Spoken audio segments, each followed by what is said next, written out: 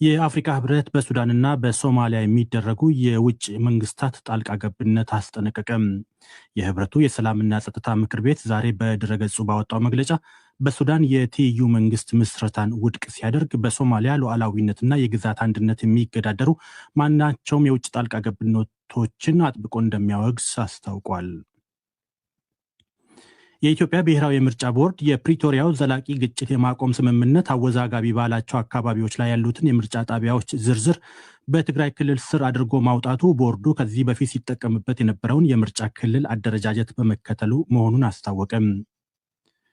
በሰሜናዊ ሱዳን ናይል ወንዝ ላይ በደረሰ የጀልባ መስጠም አደጋ በትንሹ 21 ሰዎች መሞታቸውን የአካባቢው ባለስልጣናት አስታወቁም። በአደጋው 6 ሰዎች በህይወት ተርፈዋል። የግብፁ ፕሬዝዳንት አብዱልፈታህ አልሲሲ አሽራፍ ሳሌምን አዲሱ የመከላከያ ሚኒስትር አድርገው ሾሙ። አልሲሲ ከመከላከያ ሚኒስትሩ በተጨማሪ ለ14 አዳዲስ ሚኒስትሮች ሹመት ሰጥተዋል። በማዳጋስካር በደረሰው አውዳሚ አውሎ ንፋስ የ31 ሰዎች ህይወት አለፈም።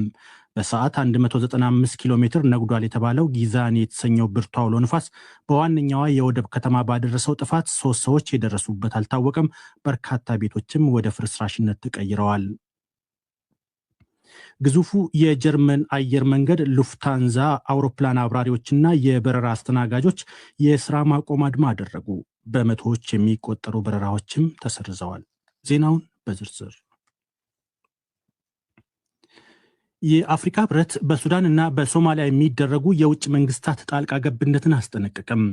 የህብረቱ የሰላምና ጸጥታ ምክር ቤት ዛሬ በድረገጹ ባወጣው መግለጫ በሱዳን የትይዩ መንግስት ምስረታን ውድቅ ሲያደርግ በሶማሊያ ሉዓላዊነትና የግዛት አንድነት የሚገዳደሩ ማናቸውንም የውጭ ጣልቃ ገብነቶች አጥብቆ እንደሚያወግዝ አስታውቋል። ህብረቱ በሱዳን ደም አፋሳሽ ግጭት ላይ ዛሬ ባወጣው ባለ 18 ነጥቦች መግለጫ በሀገሪቱ እየታየ ያለው የረሃብ አደጋና የሰብአዊ መብት ጥሰት እጅግ አሳሳቢ ደረጃ ላይ መድረሱን አስታውቋል። ምክር ቤቱ በተለይም በምዕራብ ዳርፉር በኤልፋሽር ከተማ ፈጥኖ ደራሽ ኃይሎች ወይም በእንግሊዝኛ ምህጻሩ አርኤስኤፍ እየተፈጸመ ነው ያለውን ግድያና የዘር ተኮር ጥቃት አጥብቆ አውግዟል። ምክር ቤቱ በዚህ ውሳኔው በፈጥኖ ደራሹ ኃይል መሪነት የተመሰረተውን የትይዩ መንግስት ሙሉ በሙሉ ውድቅ አድርጓል። ማንኛውም የአፍሪካ ህብረት አባል ሀገርም ሆነ ዓለም አቀፍ አጋሮች ለዚህ አካል እውቅና እንዳይሰጡም አሳስቧል። የሱዳን ሉዓላዊነትና የግዛት አንድነት መከበር እንዳለበትም በድጋሚ አረጋግጧል። ምክር ቤቱ በዚህ ውሳኔው በሱዳን የውስጥ ጉዳይ ጣልቃ ይገባሉ ባላቸው የውጭ ኃይሎች ከድርጊታቸው እንዲታቀቡም አስጠንቅቋል። ተፋላሚ ወገኖችን በወታደራዊ በገንዘብና በፖለቲካ የሚረዱ የውጭ አካላት ተለይተው በቀጣዮቹ 3 ወራት ውስጥ ማዕቀብ መጣል የሚያስችል ምክር ሀሳብ እንዲቀርብለትም ትዕዛዝ አስተላልፏል። የህብረቱ የሰላምና የጸጥታ ጥበቃ ምክር ቤት ጣልቃ ገብ ያላቸውን ሀገራት ግን በስም ለይቶ አልጠቀሰም። ምክር ቤቱ በሶማሊያ ጉዳይ ባወጣው ተመሳሳይ መግለጫ ለሶማሊያ የግዛት አንድነት ድጋፉን ሲሰጥ ለራስ ገዟ ሶማሌላንድ እውቅና የሰጠችውን እስራኤልን አጥብቆ ኮንኗል። እስራኤል ውሳኔዋን እንድትሰርዝም ጥሪ አቅርቧል። ህብረቱ ለሶማሌላንድ እንደ ነፃ ሀገር እውቅና የመስጠት ሙከራ የህብረቱን መርሆች የሚጻረርና የአህጉሪቱን ሰላምና መረጋጋት የሚያናጋም ነው ብሏል። የአፍሪካ ጣሊያን ጉባኤን ጨምሮ ለ3 ቀናት የሚቆየው 39ኛው የአፍሪካ ህብረት የመሪዎች ጉባኤ አዲስ አበባ ውስጥ ከነገ አርብ የካቲት 6 ቀን ጀምሮ መካሄድ እንደሚጀምር የወጣው መርሃ ግብር ያመለክታል። ብሔራዊ የምርጫ ቦርድ በፕሪቶሪያው ዘላቂ የግጭት የማቆም ስምምነት አወዛጋቢ ባላቸው አካባቢዎች ላይ ያሉትን የምርጫ ጣቢያዎች ዝርዝር በትግራይ ክልል ስር አድርጎ ያወጣው ቦርዱ ከዚህ በፊት ሲጠቀምበት የነበረውን የምርጫ ክልል አደረጃጀት በመከተሉ መሆኑን አስታወቀም። የቦርዱ ሰብሳቢ ሜላተወርቅ ኃይሉ ስራዎችን በታሰበው መልኩ ማከናወን ባለመቻሉ ከየካቲት 7 እስከ መጋቢት 7 ታቅዶ የነበረው የመራጮች ምዝገባ የካቲት 28 እንዲጀመር ውሳኔ መተላለፉን ዛሬ በሰጡት መግለጫ ተናግረዋል። ዝርዝሮቹን ያወጣው ከዚህ ቀደም ሲጠቀምበት በነበረበት ዝርዝር ነው። 6ኛውንም ከ5ኛውም ሀገራዊ ምርጫ ሲጠቀምባቸው የነበሩትን የምርጫ ክልል የምርጫ ጣቢያ አደረጃጀት ነው ያወጣው። በዚህ መነሻ ይፋ ያደረገው የምርጫ ክልሎችና የምርጫ ጣቢያዎች ዝርዝር ናቸው። ቦርዱ ሁሉንም የምርጫ ስራዎች ለማከናወን ለትግራይ ክልል ጥያቄ ማቅረቡን የገለጹት ሰብሳቢዋ እስካሁን ከክልሉ የተሰጠን ምላሽ የለም ብለዋል። ቦርዱ ምርጫ ማድረግ ይቻላል ወይስ አይቻልም በሚል ክርክርና ለመግባባት ለተነሳባቸው ቦታዎች ሁኔታውን የሚያረጋግጥ ገምጋሚ ቡድን በማዋቀር የግምገማ ሂደቱን ያከናውናል ሲሉ መልሰዋል። የፓርቲዎችን እጩ የማቅረብ ሂደትን በተመለከተም ማብራሪያ ሰጥተዋል። 42 የሚሆኑ ፖለቲካ ፓርቲዎች በተናጠል 15 የሚሆኑ የፖለቲካ ፓርቲዎች በሁለት ጥምረትና በአንድ ግንባር በመሆን እጩዎቻቸውን እያስመዘገቡ ይገኛሉ። ባለፈው ሳምንት የእጩዎችን ዛሬ ደግሞ የመራጮችን ምዝገባ ማራዘሙን ያስታወቀው ምርጫ ቦርድ በዚህ ሁኔታ የድምፅ መስጫው ዕለት ያራዝም እንደሆነ የተጠየቁት ሜላተወርቅ ኃይሉ እስካሁን የተለወጠ ነገር የለም የሚል ምላሽ ሰጥተዋል። ቦርዱ ባወጣው መርሃ ግብር መሰረት 7ኛው ጠቅላላ ምርጫ ከ4 ወራት ያነሰ ጊዜ ቀርቶታል። በሰሜናዊ ሱዳን በናይል ወንዝ ላይ በደረሰ የጀልባ መስጠም አደጋ በትንሹ 21 ሰዎች መሞታቸውን የአካባቢው ባለስልጣናት አስታወቁም።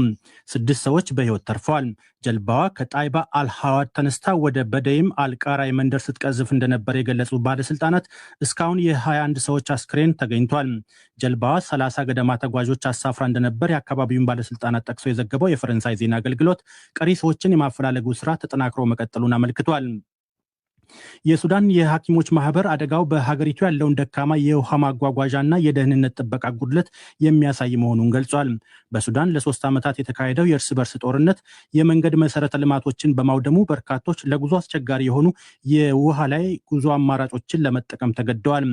በብሔራዊ ጦሩና የፈጥኖ ደራሹ ኃይል መካከል እየተደረገ ያለው ጦርነት ለመንገዶች መዘጋት፣ ለህዝብ አገልግሎቶች፣ ለሕክምናና ለትምህርት መሰረተ ልማቶች መውደም ዋነኛ ምክንያት ተደርጎ ተወስዷል። በማዳጋስካር በደረሰው አውዳሚ አውሎ ንፋስ የ31 ሰዎች ህይወት አለፈ። በሰዓት 195 ኪሎ ሜትር ነጉዷል የተባለው ጊዛኔ የተሰኘው ብርቱ አውሎ ንፋስ በዋነኛዋ የወደብ ከተማ ባደረሰው ጥፋት 3 ሰዎች የደረሱበት አልታወቀም። በርካታ ቤቶችም ወደ ፍርስራሽነት ተቀይረዋል። ባለስልጣናት እንዳሉት አውሎ ንፋሱ በቲማኒ ከተማ ብቻ ከፍተኛ የመሰረተ ልማት ውድመት ሲያስከትል ከ6000 በላይ ሰዎችን ያለ መጠለያ ያስቀርተዋል ነው የተባለው። በዚህም በከተማዋ 75 ከመቶ የሚሆነው የመሰረተ ልማት ላይ ውድመት ሲያስከትል ከተማዋ በጨለማ ተውጣለች። የሀገሪቱ ፕሬዚዳንት ሚካኤል ራንዲያንያ አደጋው የደረሰባቸውን አካባቢዎች ተዘዋውረው ጎብኝተዋል። ነገር ግን አውሎ ንፋሱን ተከትሎ በአካባቢው አሁንም ከፍተኛ የሆነ የመሬት መንሸራተትና የጎርፍ አደጋ ሊያደርስ የሚችል ስጋት እንዳለ ተገልጿል። ማዳጋስካር ከ2 ሳምንት በፊት ፊቲያ በተባለ ሌላ አውሎ ንፋስ ተመታ 14 ሰዎች መሞታቸው ይታወሳል። አሁን በደረሰው አደጋ ግን የሀገሪቱ የህይወት አድን ስራ ይበልጥ አዳጋች እንዳደረገው ነው የተገለጸው። የተባበሩት መንግስታት ድርጅት ለአደጋው ምላሽ የሚውል የ3 ሚሊዮን ዶላር አስቸኳይ ድጋፍ መፍቀዱን አስታውቋል። የግብፁ ፕሬዚዳንት አብዱልፈታህ አልሲሲ አሽራፍ ሳሌምን አዲሱ የመከላከያ ሚኒስትር አድርገው ሾሙ። አልሲሲ ከመከላከያ ሚኒስትሩ በተጨማሪ ለ14 አዳዲስ ሚኒስትሮች ሹመት ሰጥተዋል። የፕሬዚዳንቱ ሹምሽር የተሰማው ግብፅ በከፍተኛ የኢኮኖሚ ቀውስና በቀጠናዊ ግጭቶች ጫና ውስጥ ባለችበት ወሳኝ ወቅት ነው። ፕሬዚዳንት አልሲሲ ከሰጡት ሹመቶች መካከል በጎርጎሪዮሱ 2021 ፈርሶ የነበረው የኢንፎርሜሽን ሚኒስትር ዳግም እንዲቋቋም ማድረጋቸውና አዲስ ሚኒስትር መሾማቸው ትኩረት ስቧል። ግብፅ በጋዛ ያለው ጦርነትና የሁቲ አማጽያን በቀይ ባህር ላይ በሚፈጽሙት ጥቃቶች ምክንያት ከሲዩዝ ካናል የምታገኘው የውጭ ምንዛሪ ገቢ በእጅጉ እንደቀነሰባት የአሶሺየትድ ፕሬስ ዘገባ ያመለክታል። የሀገሪቱ መንግስት የኑሮ ውድነቱን ለመቋቋም በሚያደርገው ጥረትም ባለፈው የጎርጎርሳውያኑ 2025 የሰራተኞችን ዝቅተኛ ደሞዝ ወደ 7000 የግብፅ ፓውንድ ለማሳደግ ተገዷል። እንደዚያም ሆኖ ግን አዲሱ ካቢኔ የሀገሪቱን ኢኮኖሚ ለማነቃቃትና የውጭ ኢንቨስትመንት ለመሳብ ትልቅ ኃላፊነት ይጠብቀዋል ነው የተባለው። ይህ ዶይቼ ቬለ ነው። ግዙፉ የጀርመን አየር መንገድ ሉፍታንዛ የአውሮፕላን አብራሪዎችና የበረራ አስተናጋጆች ዛሬ የስራ ማቆም አድማ አደረጉ። በመቶዎች የሚቆጠሩ በረራዎችም ተሰርዘዋል። ሰራተኞቹ የስራ ማቆም አድማውን የመቱት የአውሮፕላን አብራሪዎች ማህበር ከተሻለ የጡረታ ጥቅማ ጥቅም ጋር በተያያዘ ከአየር መንገዱ አስተዳደር ጋር መግባባት ላይ መድረስ ባለመቻሉ ነው ተብሏል። የጀርመን አውሮፕላን ማረፊያዎች ማህበር እንዳለው በአድማው ምክንያት ከ460 በላይ በረራዎች ተሰርዘዋል። ከ70 ሺህ በላይ መንገደኞች ለከፍተኛ እንግልት ተዳርገዋል። በተለይ በፍራንክፈርትና በሙኒክ አውሮፕላን ማረፊያዎች የሚደረጉ አህጉር አቋራጭ በረራዎች ጭምር ተቋርጠው ውለዋል። አየር መንገዱ ችግር ያለበት ልጅ ሲል የሚጠራውን ዋና የንግድ ዘርፉን ወጪ ለመቀነስ እየታገለ መሆኑን ገልጾ ለሰራተኞች ጥያቄ የሚሆን የገንዘብ አቅም እንደሌለው አስታውቋል። በሌላ በኩል የበረራ አስተናጋጆች ማህበርም አየር መንገዱ ሲቲ ላይን የተባለውን የስራ ክፍሉን ለመዝጋት ማቀዱን በመቃወም አድማውን ተቀላቅሏል። የሉፍታንዛ አብራሪዎችና የበረራ አስተናጋጆች የስራ ማቆም አድማ በተለይ በጀርመን 2 ታላላቅ ሁነቶች በሚጀመሩበት ወቅት ላይ መሆኑ ጉዳቱን የከፋ አድርጎታል ነው የተባለው። በዛሬው ዕለት በበርሊን የፊልም ፌስቲቫል የሚጀመር ሲሆን ነገ ደግሞ የዓለም መሪዎች የሚታደሙበት የሙኒክ የደህንነት ጉባኤ ይከፈታል። ሉፍታንዛ እስከ ነገ አርብ ድረስ ወደ መደበኛ ስራው ለመመለስ እቅድ የያዘ ቢሆንም በድርድሩ ላይ እስካሁን የተደረሰ ስምምነት ግን የለም።